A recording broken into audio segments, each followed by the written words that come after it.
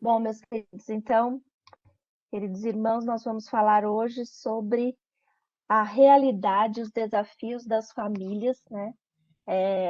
O que vai ser falado aqui é o segundo capítulo do Amores Letícia, né? E por que esse tema agora em 2021, né? Então, esse ano, o Papa Francisco declarou o ano de São José, né? E eu trouxe essa foto para a gente refletir ali, né? São José com o menino Jesus no colo dele, essa foto tão bonita.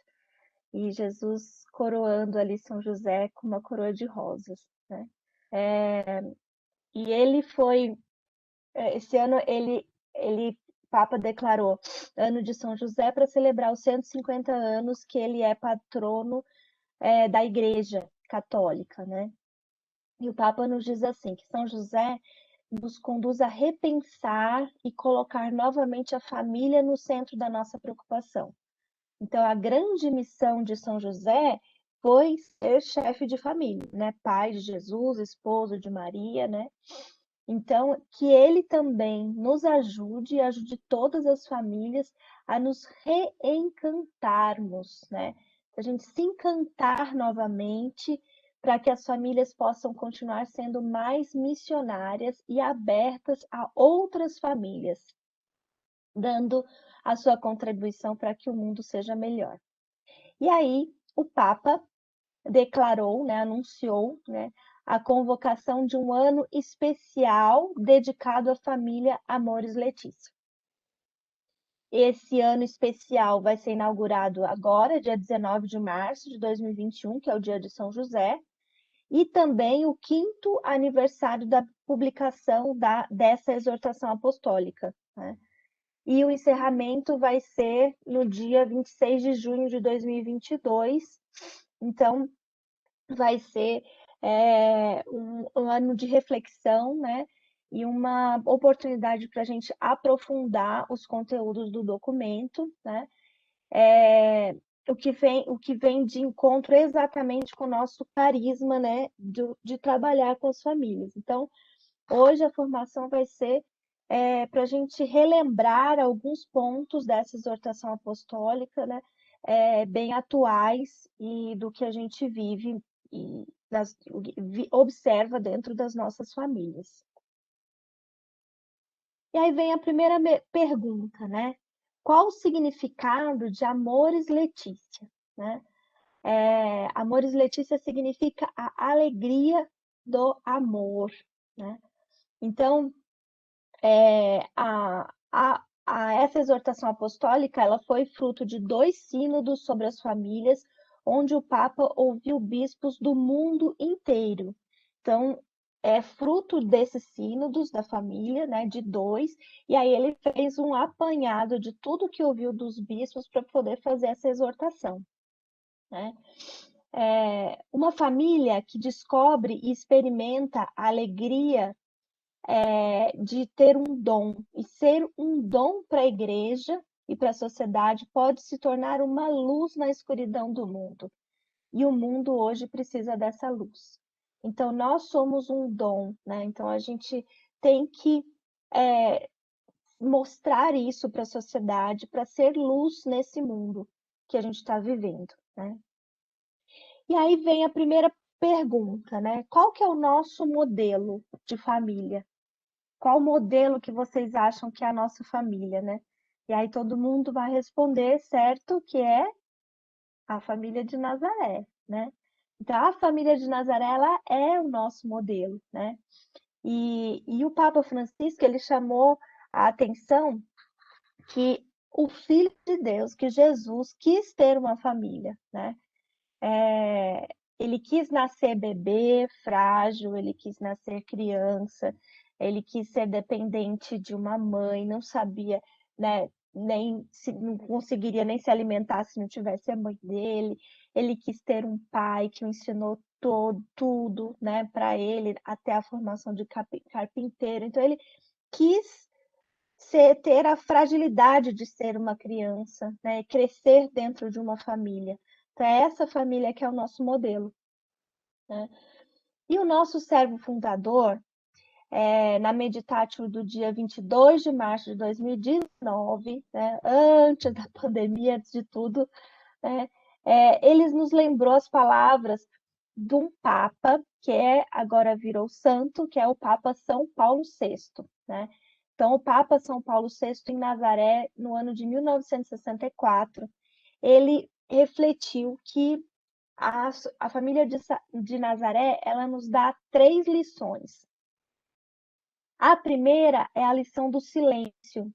E prestem atenção como essa lição do silêncio vem de encontro com a espiritualidade contemplativa da comunidade Olhar Misericordioso. O que é a lição de silêncio? O silêncio de Nazaré nos ensina ao recolhimento, à interioridade, à disposição para escutar a palavra de Deus, ensina-nos a necessidade e o valor de uma conveniente formação, do estudo, da meditação, da vida pessoal e interior e daquela oração que só Deus vê. Né? Então, esse é a primeira lição. A primeira lição é a do silêncio e que vem de encontro realmente com a espiritualidade contemplativa da nossa comunidade. A outra lição de Nazaré é a lição da vida familiar, né? Então, é que Nazaré nos ensine o que é a família, a sua comunhão de amor, a sua simples beleza, o seu caráter sagrado, inviolável, e aprendamos de Nazaré como é preciosa e insubstituível a educação familiar. Né? E quantas vezes a gente vê a gente jogando a educação para outras instituições e pessoas, né? Mas como é insubstituível a educação dentro da nossa casa, né? E a terceira lição é a lição de trabalho. Por quê? Porque em Nazaré, né, era a casa do filho do carpinteiro, né? Então aqui temos que restabelecer a consciência e a dignidade do trabalho, que o trabalho não pode ser um fim em si mesmo, né? Mas que a sua liberdade e a sua dignidade se fundamentem não só em motivos econômicos, mas também naquelas realidades que o orientam para um fim mais nobre. Então, a gente não tem que pensar o trabalho só com o fim dele mesmo, só pensando na parte econômica do nosso trabalho, né? Mas qual o fim nobre disso? Como você pode santificar o seu trabalho, né? Então, Nazaré nos ensina tudo isso. Então, é muito bonito a gente ver como Nazaré pode, a família de Nazaré, ela é o nosso modelo. É só a gente refletir isso, né? E aí temos uma família da Olhar Misericordioso, muito linda, né? E o Papa Francisco, né, ele nos diz que em família se poderá experimentar uma comunhão sincera, quando ela é casa de oração, quando os afetos são profundos e puros, quando o perdão prevalece sobre a discórdia, quando a dureza cotidiana do viver é amenizada pela ternura recíproca e pela serena adesão à vontade de Deus. Então, o que a gente reflete aqui, né? Comunhão sincera, né?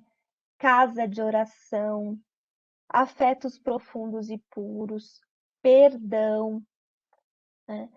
Ternura recíproca e adesão à vontade de Deus, que a vontade de Deus tem que estar acima de tudo. Então, é uma frase bonita que a gente tem que colocar no espelho de casa e ficar refletindo, né? Como que a nossa família tem que, que viver isso de uma maneira muito especial e verdadeira, né? Bom, também na exortação apostólica, né, o Papa vai nos dizer que é necessária uma realidade doméstica com mais espaço de liberdade, né? Então, com uma distribuição igual de encargos e de responsabilidades e de tarefas. E como a gente tem em muitos locais uma sociedade ainda muito patriarcal, que é só a mulher que faz todos os serviços, né? Não, é necessária uma participação maior dos homens, dos filhos homens, né? na tarefa do lar, a gente tem que valorizar a comunicação entre o casal, e isso tudo é fruto da presença do Espírito Santo conduzindo os membros da família, né? Para quê? Para que exista uma compreensão maior do sentido real do que é uma vida em família.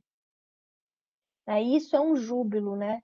A alegria do amor que se vive na família é também um júbilo para a igreja, né? Então, isso tudo, gente,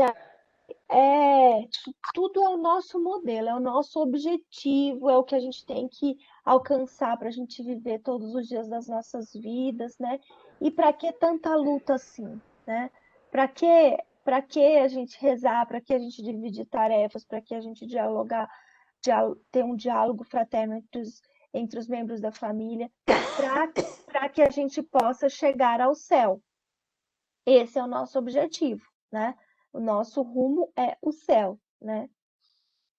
Mas qual a situação, né, atual? Quais são os desafios? Quais são os problemas que nós estamos enfrentando, né? O que as famílias estão passando no mundo atual?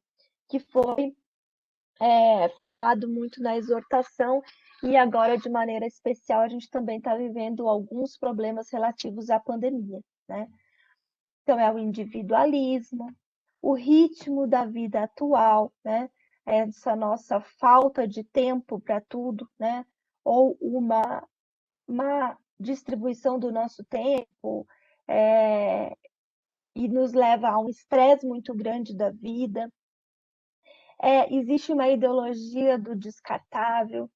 Outro desafio é a ideologia de gênero, as drogas, o álcool e atualmente também a pandemia, né? Que a pandemia veio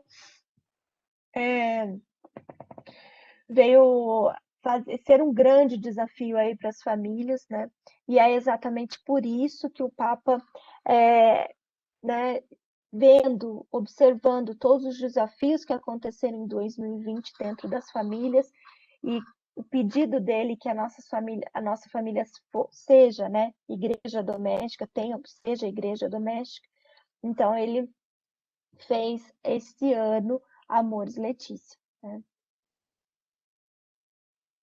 E a gente vai falar primeiro pelo individualismo, né? Coloquei aqui uma casinha numa ilha, né? O que é o individualismo, né? Então, na verdade, cada componente da família pode ser considerado como uma ilha. E é assim que a gente deve viver, né?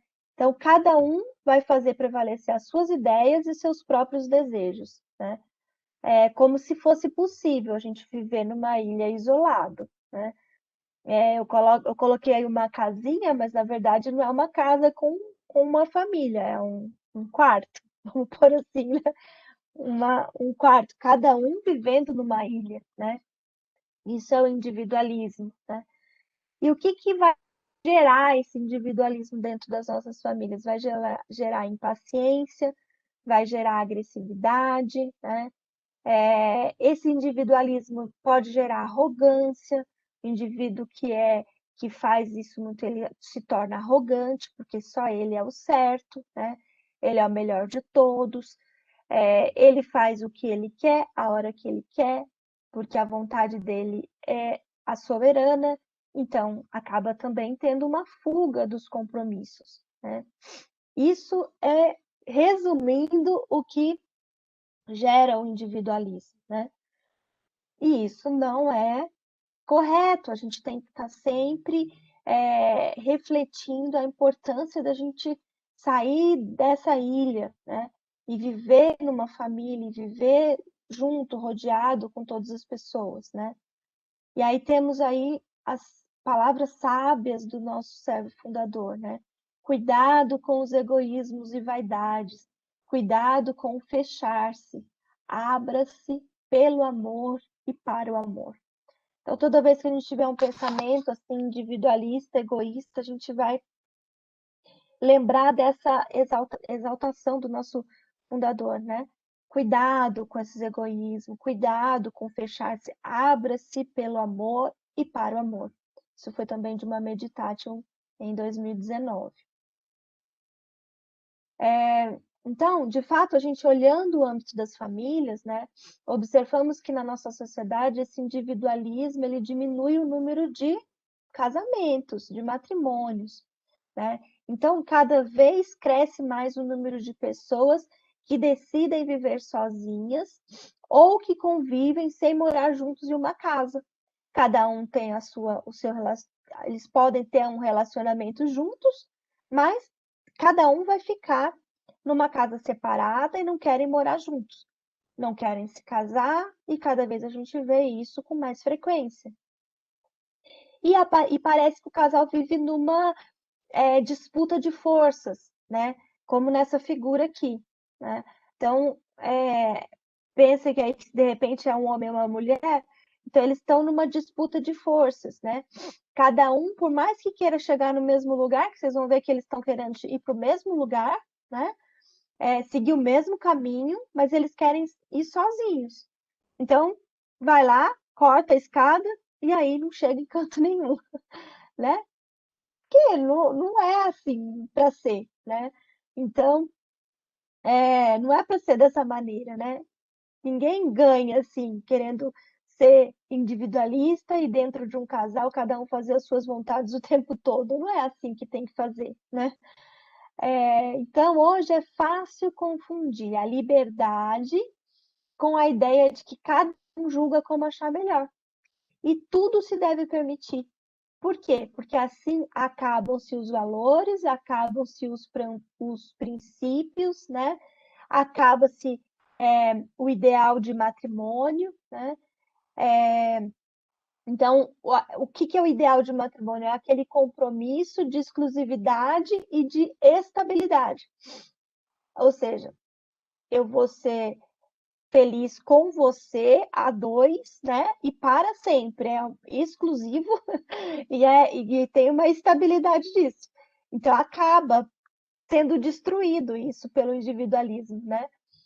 E aí ficam os jovens temendo a solidão, porque não querem ficar sozinhos, mas também têm medo de ficar encurralados numa relação que possa adiar as suas satisfações pessoais. Não, eu só quero ficar junto se eu for de aproveito disso de alguma maneira. Se for me atrapalhar em alguma coisa que eu queira fazer, eu não quero ficar junto, mas eu também não quero ficar sozinho, né? Então fica nessa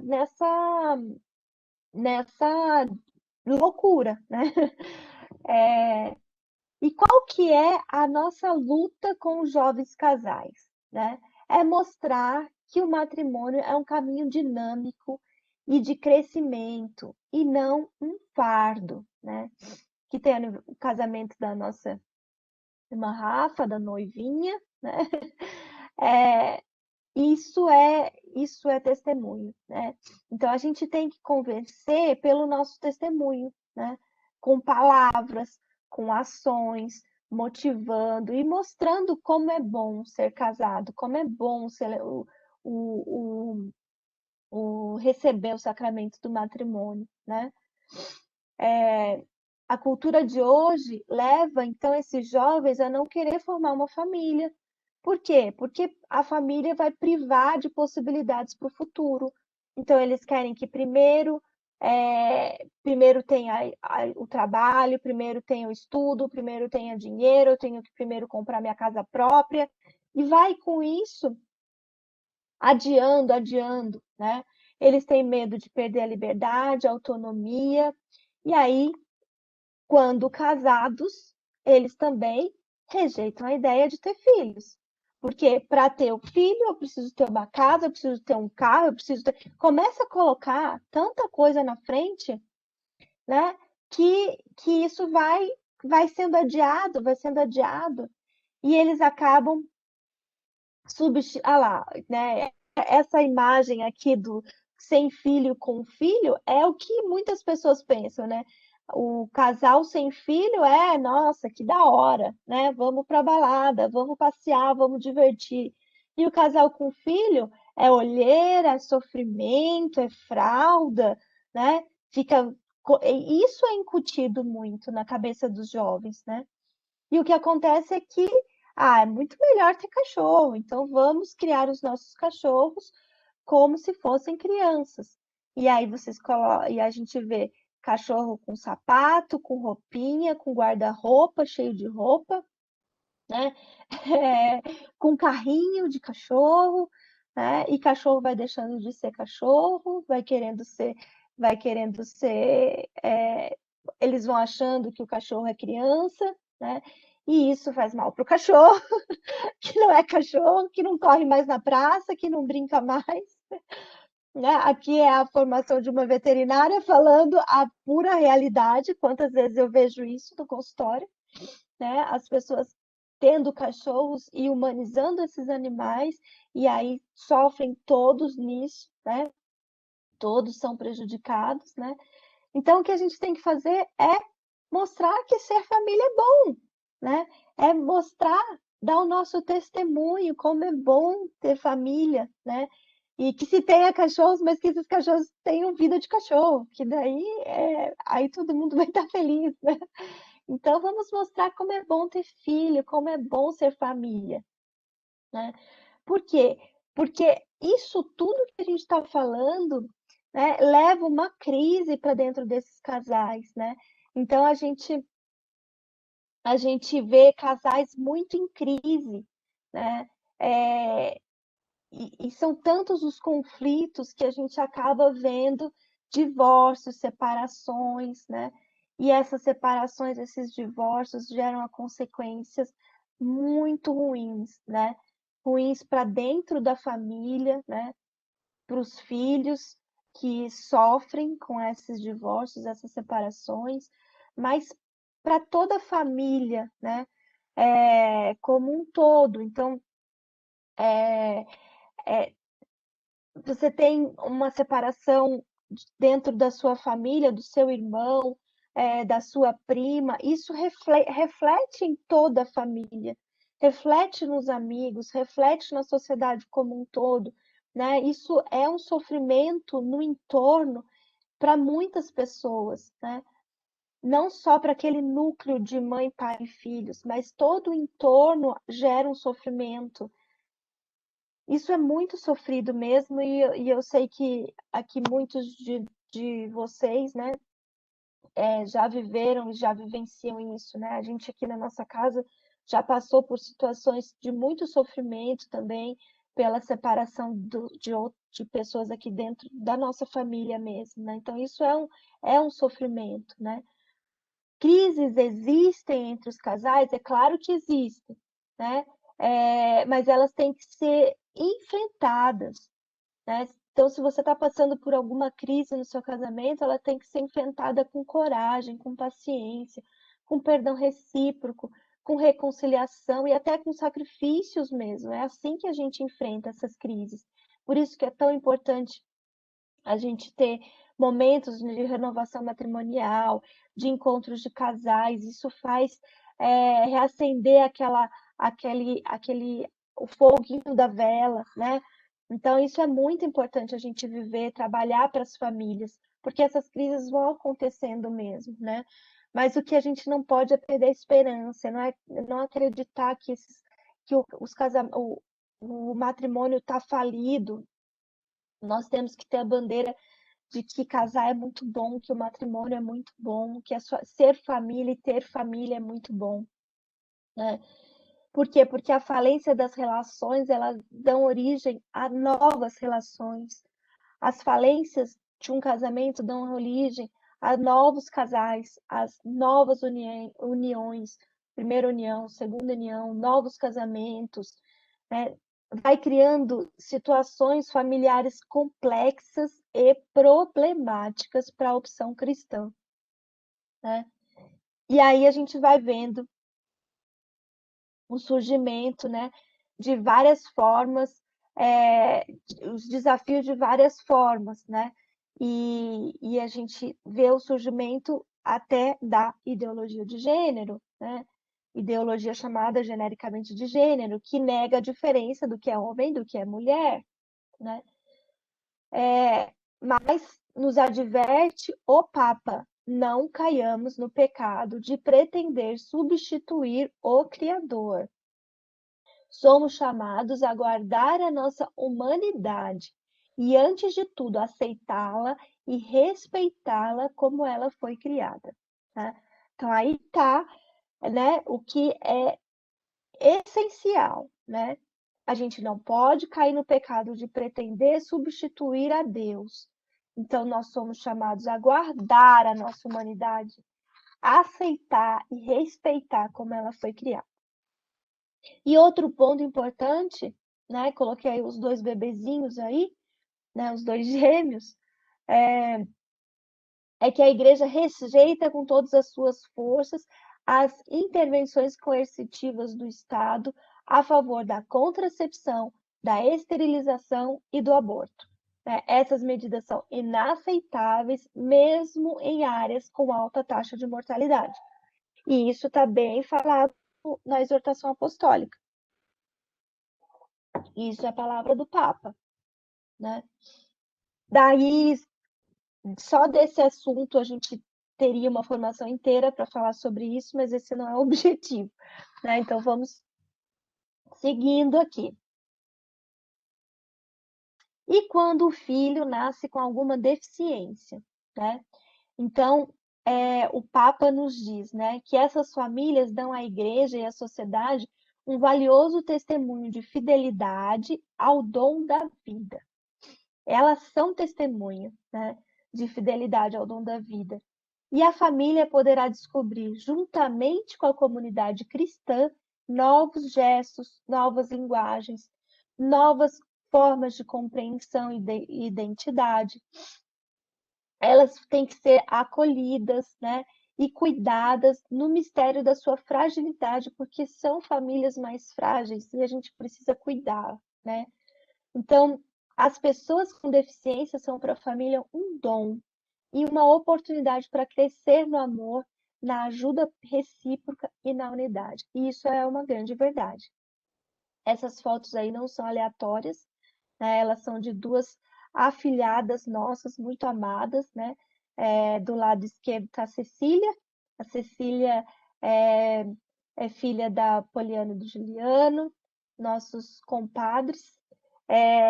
Eles são, nós conhecemos eles quando eram recém-casados. Eles fizeram um encontro de casais e ficaram no nosso grupo, né? E a gente tem um grupo de oração de recém-casados. E depois veio a Cecília, e esse grupo foi tão importante, é o apoio tão grande para eles, né? E quando a gente fala que a comunidade cristã tem que ter esse apoio, que dentro do grupo, né, surgiram os padrinhos, eles convidaram os padrinhos da Cecília. Eu e o Cassiano somos padrinhos de consagração à Nossa Senhora, e outro casal são os padrinhos de batismo. E o grupo é, para eles, muito importante, porque toda vez que a Cecília tem paralisia cerebral, toda vez que tem algum problema, a gente está lá sentado, ajoelhado, né, ajoelhado onde a gente estiver, rezando para a Cecília, e a gente vai caminhando com eles, né, e felizes quando a Cecília está bem. Esse aí é um dia que eles estavam participando de uma competição e de corrida, né, e aí é muito bonito ver. Do lado direito, a gente tem a nossa querida afilhadinha também, a Manuela, que tem uma distrofia muscular. Manu aí tá no zoológico com as crianças, né? E é isso, gente, assim, as crianças, elas são mesmo um dom, né? São uma oportunidade para crescer no amor, não só a família, né? O pai e a mãe, mas todo o entorno, as crianças que elas vão participar, vão conviver na escola, né? Os professores, os adultos, então elas são mesmo uma oportunidade para que todos cresçam no amor. É assim que a gente tem que enxergar todas essas famílias. E quando brigamos, né, na família? E quando a gente briga, né? E o Papa ele recordou, né, com muita sabedoria, né, que nas famílias existem problemas, é claro que existe, né? E porque nós somos humanos, né? E somos fracos. E ele falou, né, nessa exortação que foi falado muito nesses anos aí, há 5 anos atrás, né? Quais são as 3 palavras fundamentais numa família? É com licença, obrigado e perdão, né? Com licença, por quê? Porque com licença nos remete que a gente não pode ser muitas vezes invasivo no outro. Então a gente não deve ser invasivo, a gente tem que respeitar o espaço de todos, né? Obrigado, porque a gente tem que agradecer sempre. E o Papa diz, né? A gratidão é o sangue da alma nobre, né? Então é o que tem de mais nobre é a gratidão. E perdão é a palavra mais difícil de dizer, né? Isso para todos. Perdão é a palavra mais difícil. Então a gente tem, a gente aprendeu aqui em casa, desde o nosso encontro de noivos, né? Antes de dormir, a gente faz a cruz na testa do outro e diz, né? Eu te amo, te perdoo e peço o seu perdão, né?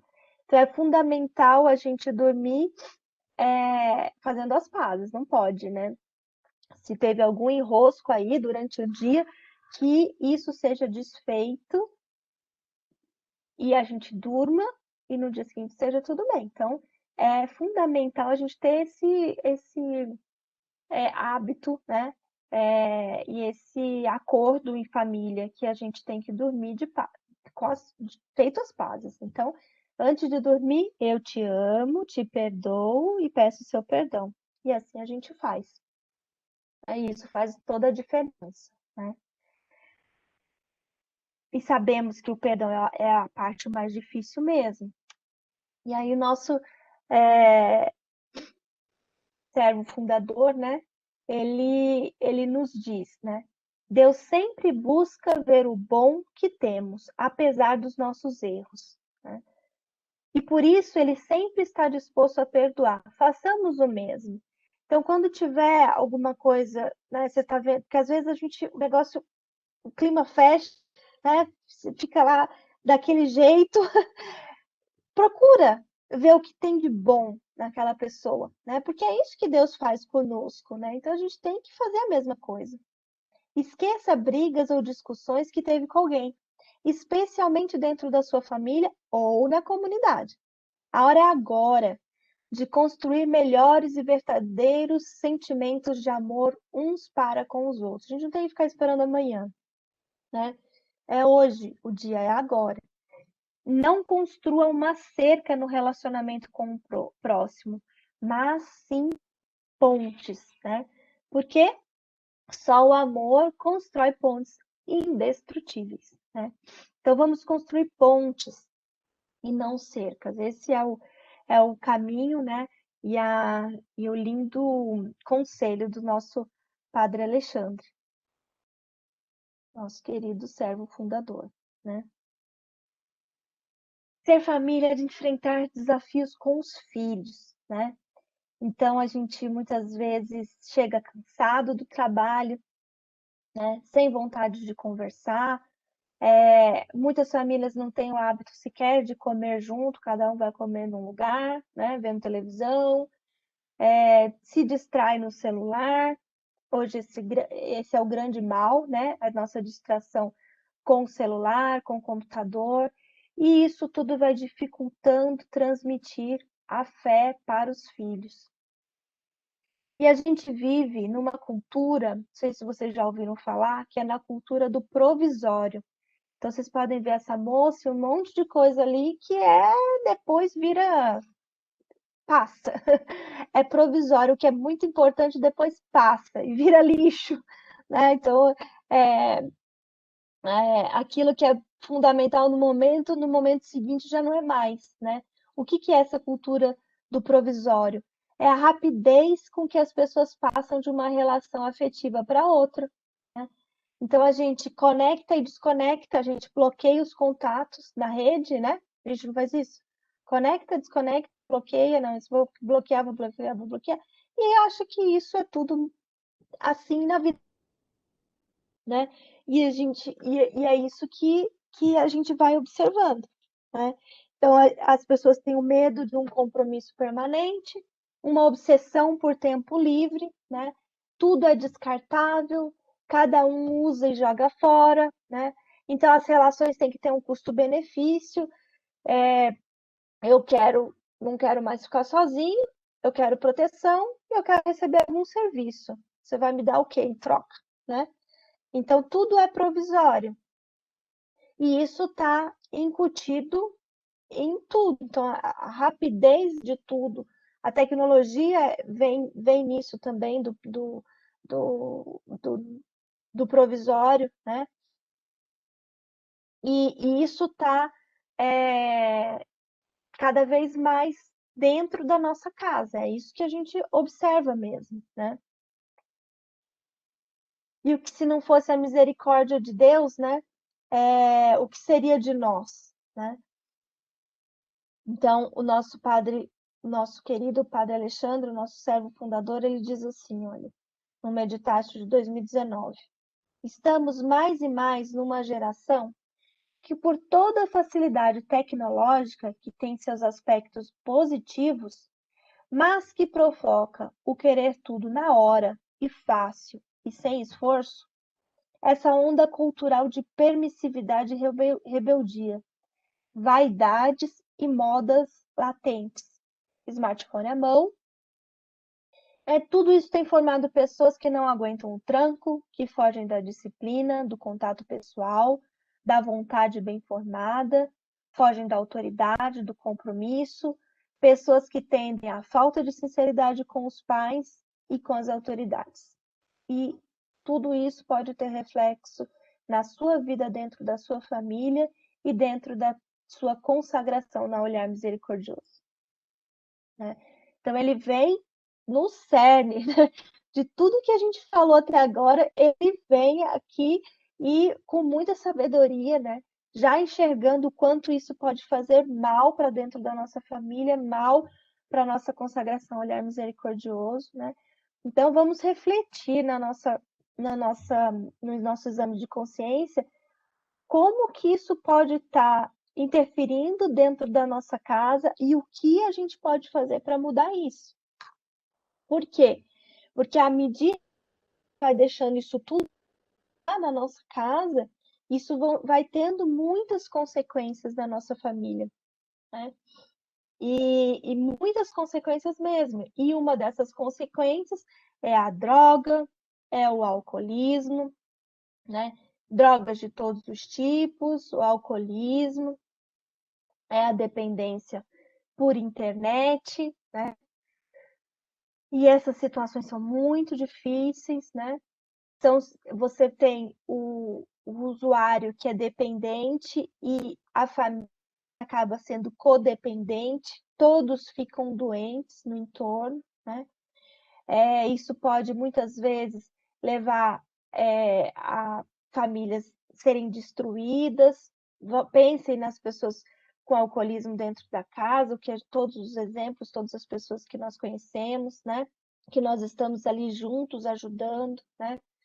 Isso pode levar a pessoas serem abandonadas, crianças órfãos de pais vivos, porque aqueles pais estão ali dentro do vício e abandonam esses filhos, né? Jovens sem regras, isso tudo gera violência familiar, os membros da família não se apoiam entre si, e a violência dentro da família é uma escola de ressentimento e de ódio para as relações fora da família. Então, dentro das nossas famílias, a gente não pode ter violência, né? E aí vem o nosso querido servo fundador, nos dando uma palavra de esperança, né? A cada dificuldade, ponha um ato de esperança. Então, se você está vivendo isso na sua vida, põe um ato de esperança. E a cada ato de esperança, põe a alegria da vitória, porque a paciência tudo alcança. Então, é difícil, mas a gente tem que viver com paciência, porque a paciência tudo alcança mesmo, né? O padre fez um meditátil em 2019, mas na missa desse domingo, não sei se vocês viram, ele voltou a falar, né? Padre, eu estou muito preocupado com meus filhos. E aí ele responde assim: seus joelhos estão calejados de rezar por eles? Lembra que ele falou na missa?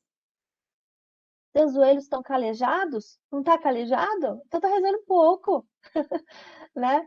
Então vamos ajoelhar mesmo e rezar pelos nossos filhos, né?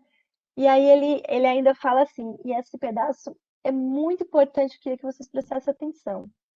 e as palavras do nosso servo fundador, né? Além da oração, não seja condescendente com os erros dos seus filhos. Corrija-os com amor, carinho, paciência, mas corrija-os. Alerte-os. E como dizia São João Bosco, suave na forma e forte na correção. Uma e outra vez com sabedoria. Não permitam que seus filhos não os escutem. Exorte-os a escutar a vocês, pais. E se não escutem, novamente os exortem. Então, escutem, escutem, escutem. Presença, muita presença em casa. Tempo à sua família. Não sumam de casa. Imaginem o tempo que Nossa Senhora e São José dedicavam a Jesus. Dialoguem com os filhos, expressando amor e atenção. Criem momentos na sua semana para esse diálogo se estabelecer entre todos. Aqui, pai e mãe têm que estar alinhados nos conselhos. Um é uma coisa e o outro outra. Porque os filhos percebem isso, né? Se a gente, cada um fala uma coisa, o filho, opa, eu vou para esse lado aqui. Façam exame de consciência juntos, olha que dica boa. O que podem melhorar em família? E no mínimo uma vez por mês, junta a família toda e faz o exame de consciência, né? Mas o fundamental, testemunho de prática da fé. Que seus filhos vejam vocês indo à missa, ao cenáculo, organizando e tocando uma obra de misericórdia. Que seus filhos vejam vocês adorando o Senhor. Que seus filhos vejam vocês fazendo gestos de carinho para o cônjuge. Que os seus filhos não vejam vocês bebendo sem equilíbrio, divertindo-se sem equilíbrio, né? E desde criança, leve seus filhos na Olharzinho, em missão de evangelização, nos cenáculos, nos acampamentos, servindo os padres idosos, nas obras de misericórdia com os mais pobres. Você verá a graça acontecer. Mas quero algo bem prático. Cuide o uso das tecnologias de comunicação. Moderem entre vocês o uso do WhatsApp, Instagram, YouTube, TV. Falem, conversem, rezem em família. E algo bem mais prático ainda, ao chegar do colégio, converse com seus filhos. Saibam o que colocaram na cabecinha deles, vejam e verifiquem as amizades que estão fazendo, né? Então tá tudo aí, a receita de bolo tá aí, é só a gente seguir, né? E para quem é filho, quais são os conselhos do nosso servo fundador, né? Para quem é filho, é obrigação de todos nós, filhos, honrar o pai e a mãe. Eles nos deram a vida, a eles, por mais defeitos que possam ter, foram os canais pelos quais hoje aqui estamos. Então, Deus não nos diz, honre teu pai e tua mãe somente se eles te tratarem bem, né? Somente se eles te educarem bem, somente se ele fizer todos os seus gostos. Ele não falou isso, ele falou simplesmente assim, honre pai e mãe. Pronto. E honrar significa dar uma veneração, um respeito e obediência que eles merecem. E se, né, se em algumas ocasiões a fé não for passada por eles, né, ensine os pais pelo exemplo e pela palavra sem brigas, né? Filhos, honrem os pais. Pais, respeitem os filhos. Irmãos, se respeitem entre si, né? E falando dos nossos idosos, né? O Papa, esse domingo agora, ontem eu vi essa notícia, que ele decidiu estabelecer para toda a igreja a celebração da Jornada Mundial dos Avós e dos Idosos.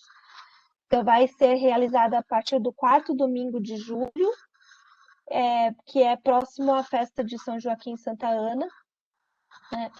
E então a gente vai ter uma jornada aí de vovós idosos, né?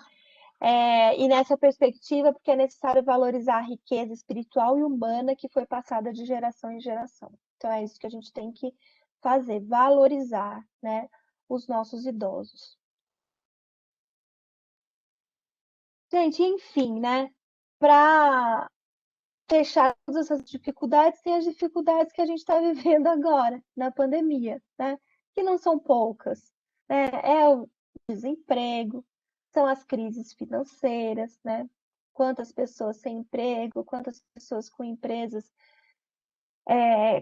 ganhando menos, com todas essas dificuldades que a gente está vivendo, quantas mortes de familiares, isso é uma dor muito grande. Como está sendo difícil o distanciamento e isolamento dos familiares, né? Gerando muita incompreensão, divisão. E quantas pessoas estão distantes da igreja, né?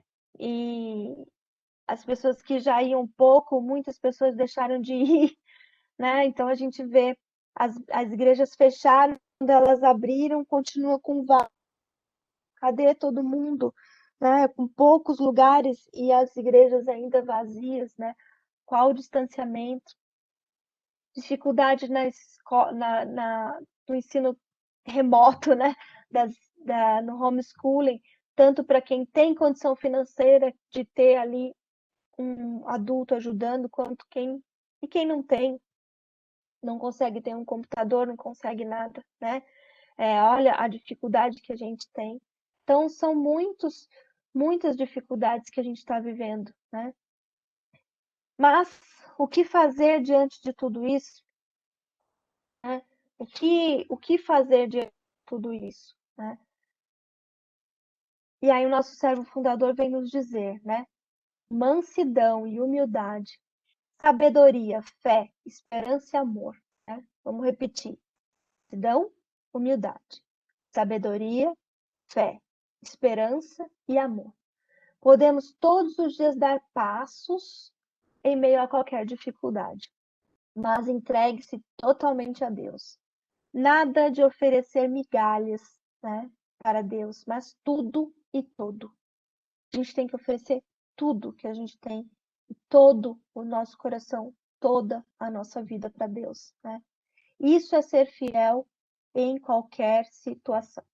Então tá difícil o que a gente está vivendo, pega esse seu impossível e entrega tudo para Deus, entrega todo o seu coração, toda a sua vida para Deus, né? A gente sabe que esses desafios são muito grandes, né? E o Papa também nos diz para a gente não cair naquela armadilha de ficar murmurando, né? Lamentando, com desânimo.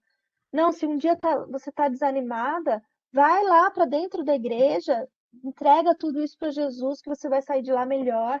Então vamos a cada desânimo, a cada murmúrio que você estiver fazendo, senta, faz a sua oração, faz a sua meditação dos seus 10 minutos, que você vai sair melhor, né? Tá difícil, vai dormir, pede para Jesus. Senhor Jesus, deixa eu dormir no seu colo, que o dia de amanhã vai ser melhor. Nada de desânimo. Como a gente viu na nossa formação, a gente tem que ser alegres cristãos, é isso que a gente tem que viver, né? A gente é uma geração que a gente está vivendo uma pandemia. E como que a gente vai ser lembrado disso, né? Como que o seu neto vai lembrar de você, né? Seu bisneto, como? Né? A gente tem que ser lembrados como aquela geração que foi carregada no colo de Nossa Senhora, que foi batizada pelo Espírito Santo, né? Então a gente tem que construir famílias novas que vão transformar os seus lares em verdadeiras igrejas domésticas, com alegria, com entusiasmo da vida, por mais difícil que esteja. E é isso que esse ano nos faz refletir, né? A gente tem que ser a luz de Deus que irradia nas famílias, porque a gente tem que colocar oração e uma vida de princípios, tudo muito correto, de acordo com o que Deus sonhou para nós.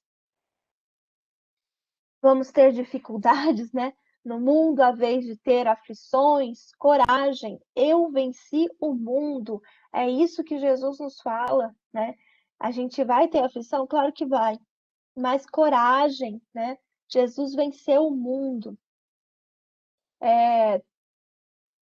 E o nosso servo fundador nos diz, né? Por que que a barca da nossa alma não afunda, né? Eu coloquei ele até num barco aí para a gente se imaginar na barca, né? Quando não escuto o Senhor me dizer, No mundo tereis de aflição, mas coragem, eu venci o mundo. Basta tirar os olhos de Jesus e começaremos a afundar, né? Então, hoje lhe peço, fixe o seu olhar no olhar misericordioso de Jesus com Maria. Saiba que a barca da sua alma não afundará. Fixe sua família sob o olhar misericordioso de Jesus com Maria, e a sua família não vai afundar nessa barca. Fixe sua vocação, olhar misericordioso, no olhar misericordioso de Jesus com Maria, e perseverar na comunidade. E volte a colocar todos os dias o centro da sua vida em Jesus com Maria, né? Então, esse é a nossa, para que lado a gente vai olhar, né?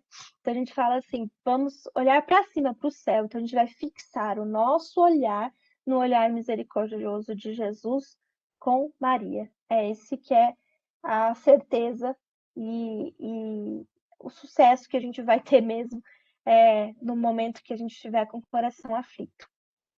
Coragem, né? Bom, tudo por Jesus, nada sem Maria.